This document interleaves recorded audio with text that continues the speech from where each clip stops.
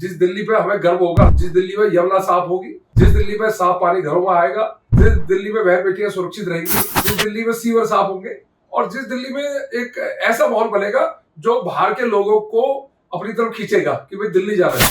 London तो नहीं बनेगी पर दिल्ली दिल्ली बनेगी। भाजपा की सरकार पर विश्वास करें क्योंकि भाजपा की सरकार ही एक ऐसी सरकार है जो सेवा करती है। पंजाब केसरी खरी बात में आज हमारे साथ हैं पटपड़गंज के भाजपा विधायक रविंद्र सिंह नेगी, जिन्हें कि आजकल हिंदू हृदय सम्राट भी कहा जा रहा है, जो कि वो हिंदूवादी छवि के नेता हैं और उनके अलग अलग काम को लेकर वो सोशल मीडिया में भी काफी चर्चा रहते हैं। रविंद्र जी, आपका पंजाब केसरी में स्वागत है। बहुत बहुत धन्यवाद, बहुत बहुत आभार आपका। रविंद्र जी, आजकल आप वायरल बहुत रहते हैं वीडियोस आपके सुर्खियों में, कहीं यहाँ झंडा लगवा रहे हैं, कहीं कुछ, क्या ये है, क्या चीज, क्या मुहिम चला रहे हैं? नहीं, भाई सनातनी है, हिंदू है हम लोग। हमारा धर्म बनता है कि अपने धर्म की रक्षा करना हमारा फर्ज है और वही काम मैं कर रहा हूँ लगातार।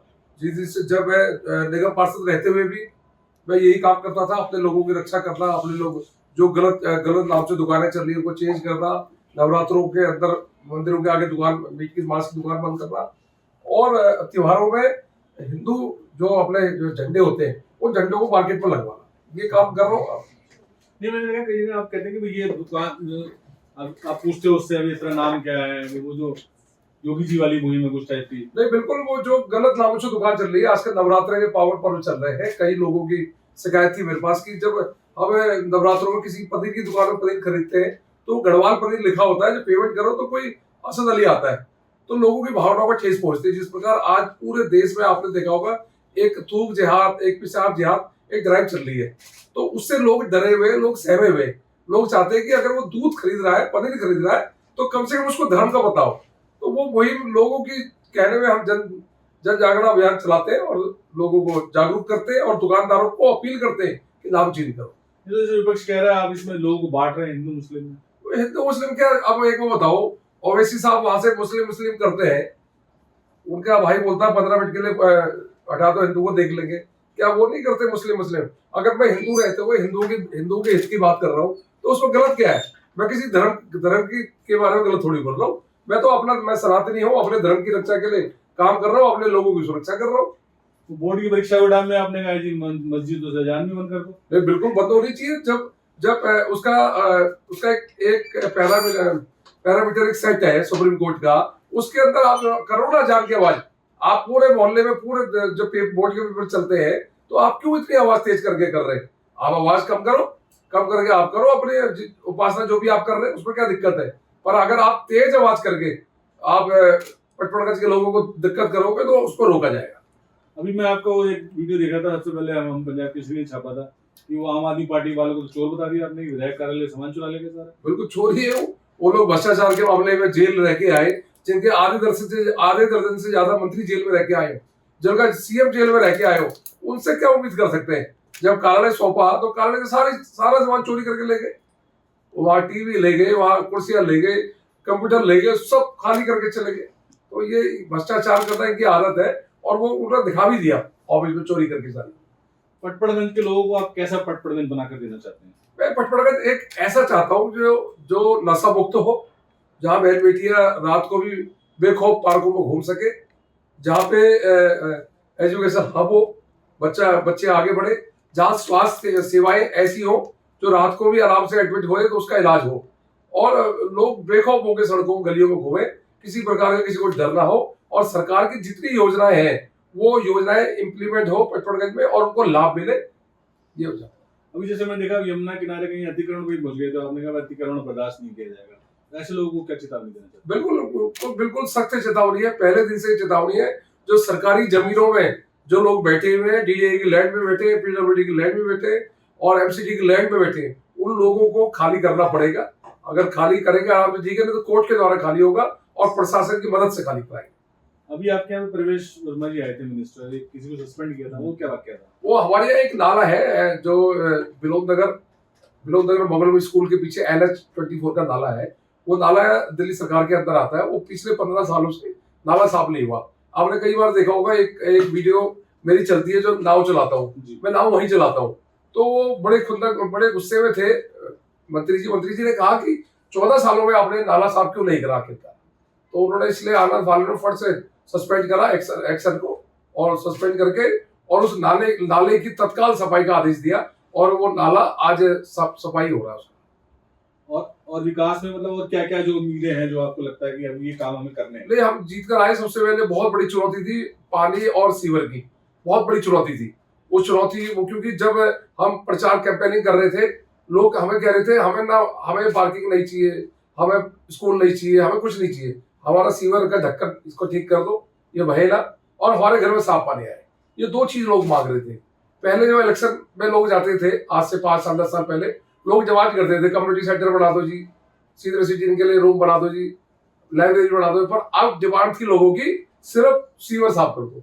तो अब मैं जीत कर आया, सबसे पहले हमने सीवरों में काम किया, बड़ी बड़ी लाइनों को साफ किया, और एक बहुत तगड़ी मुहिम के तहत हम लोग लगातार काम कर रहे हैं। और मुझे खुशी इस बात की है कि मेरे पटपड़गंज में 60 से 70% सीवर जो ओवरफ्लो थे वो कम हो गया।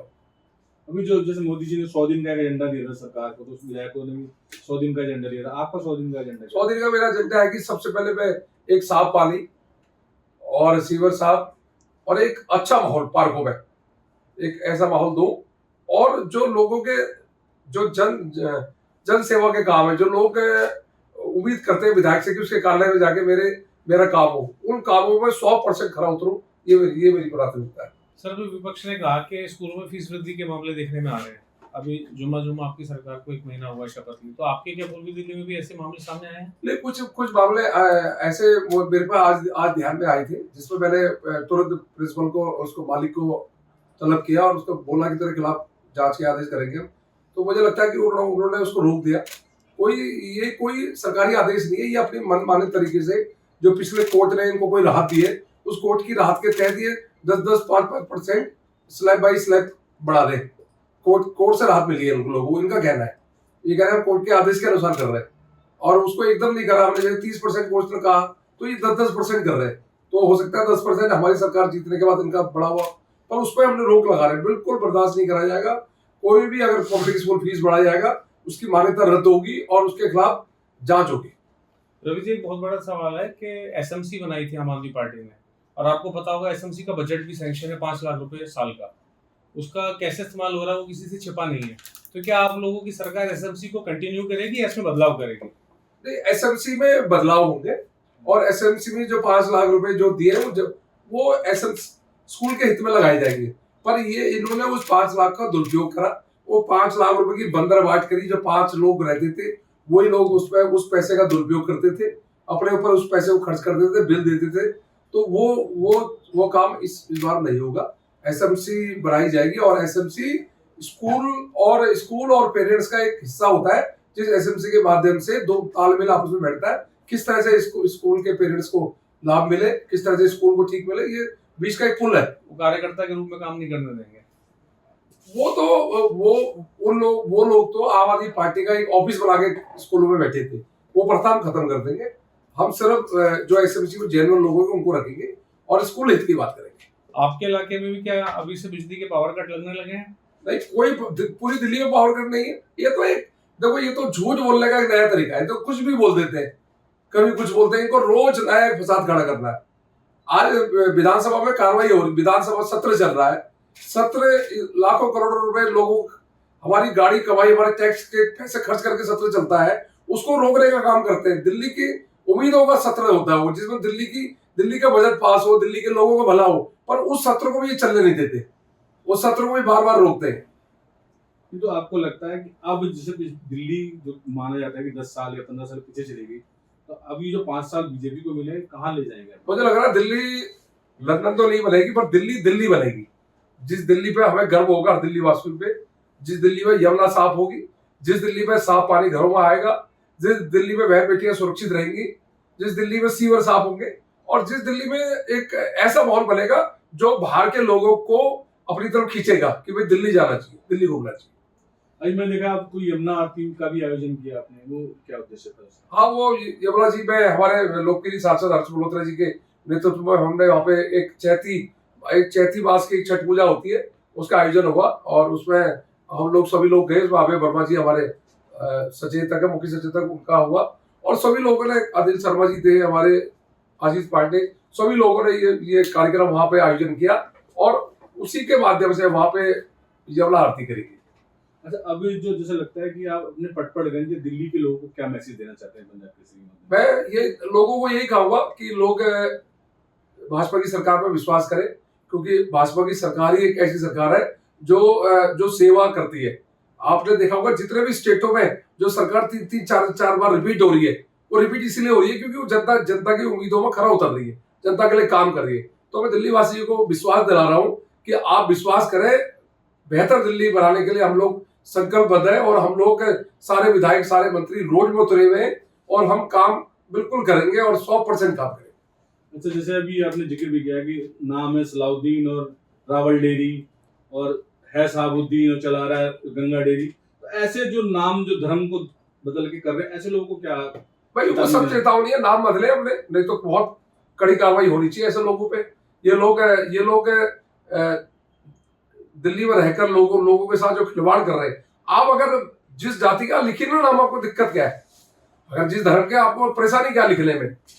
भाई या तो आप ये थूक जिहाद ना करें जिससे लोग डरे हुए, आप हिसाब जिहाद ना करें। लोग डरे हुए, लोग नहीं चाहते कि ऐसी दुकानों से सामान खरीदे, तो आप नाम लिखिए। आपको अगर व्यापार करना है, आप नाम लिखिए अपना जो नाम है, इसमें आपत्ति क्या है? अगर आप गलत नाम से दुकान चलाओगे तो पटपड़गंज में तो चलने दूंगा नहीं, बिल्कुल 100% नहीं चलने दूंगा। सख्त कार्रवाई भी होगी और सख्त कार्रवाई हो भी रही है। मैं 40 से 50 दुकानें नाम चेंज करा चुका हूँ, बिल्कुल बर्दाश्त नहीं है। नवरात्रों में मांस की दुकान जितनी भी मंदिरों के आगे खुली है वो सारी बंद कराई है। निवेदन भी किया है लोगों से, और निवेदन किया है और लोगों को बुलाकर समझाया है कि भाई मंदिर के आगे मांस की दुकान नहीं चलेगी, बिल्कुल भी हम बर्दाश्त नहीं करेंगे। जो पहले लोग बर्दाश्त करते आए होंगे, जिन्होंने 12 साल राज किया, जो मंदिरों के खिलाफ रहते थे, जो राम मंदिर के खिलाफ रहते थे, जो एक मौलानाओं को पाल के 48 हजार रुपए देते थे, जो हज 100 करोड़ को बनाते थे, तो ऐसे लोगों की सरकार नहीं, आप सनातनियों की सरकार है। सीधा संदेश है दिल्ली में अब सनातनी की सरकार है और सनातनियों के हिसाब से काम होंगे। दिल्ली में मांस की दुकानें बंद हो गई नवरात्रों में। दिल्ली में गलत तो नाम से कोई दुकान खोलेगा तो उसकी खैर नहीं। दिल्ली में आपके जो कारनामे इस तरह के बड़े काम कर रहे हैं, उसको लेकर लोग आपको जो है दिल्ली का योगी कहने लगे, आपको कैसा लगता है? नहीं देखो, मेरा देखो, मैं हिंदू कुल में पैदा हुआ, मेरा धर्म है अपने लोगों की रक्षा करना, ये मेरा कर्म है। मैं किसी धर्म के खिलाफ नहीं हूँ, मैं किसी जाति के खिलाफ नहीं हूँ, पर मैं अपने धर्म के प्रति संकल्पबद्ध हूं और मैं अपने धर्म के लिए काम करूंगा 100%। इसमें ईट बट नहीं है। और हम जिस धर्म को मानते हैं हम उसी धर्म को मानेंगे, दूसरे धर्म का हम सम्मान जरूर करेंगे, पर मेरी मान्यता अगर प्रभु श्री राम है तो मैं राम को ही मानूंगा। मैं दिखावा नहीं करूंगा दूसरे धर्म में जाके, मस्जिदों में जाके मैं गोल टोपी पहनूं, मैं वो काम नहीं करूंगा। मेरी श्रद्धा मेरे राम में है तो राम की पूजा होगी। तो ये थे हमारे साथ भारतीय जनता पार्टी पटपड़गंज के दबंग विधायक रविंद्र सिंह नेगी जी, जो कि आजकल खाई चर्चा में, और इनकी मुहिम रंग लाग रही है, लोग इनको समर्थन मिल रहा है। आज केवल पटपड़गंज नहीं, पूरी दिल्ली और क्या मैं कह सकता हूँ पूरे भारत में लोकप्रिय हो रहे हैं। बहुत बहुत धन्यवाद नेगी जी आपका।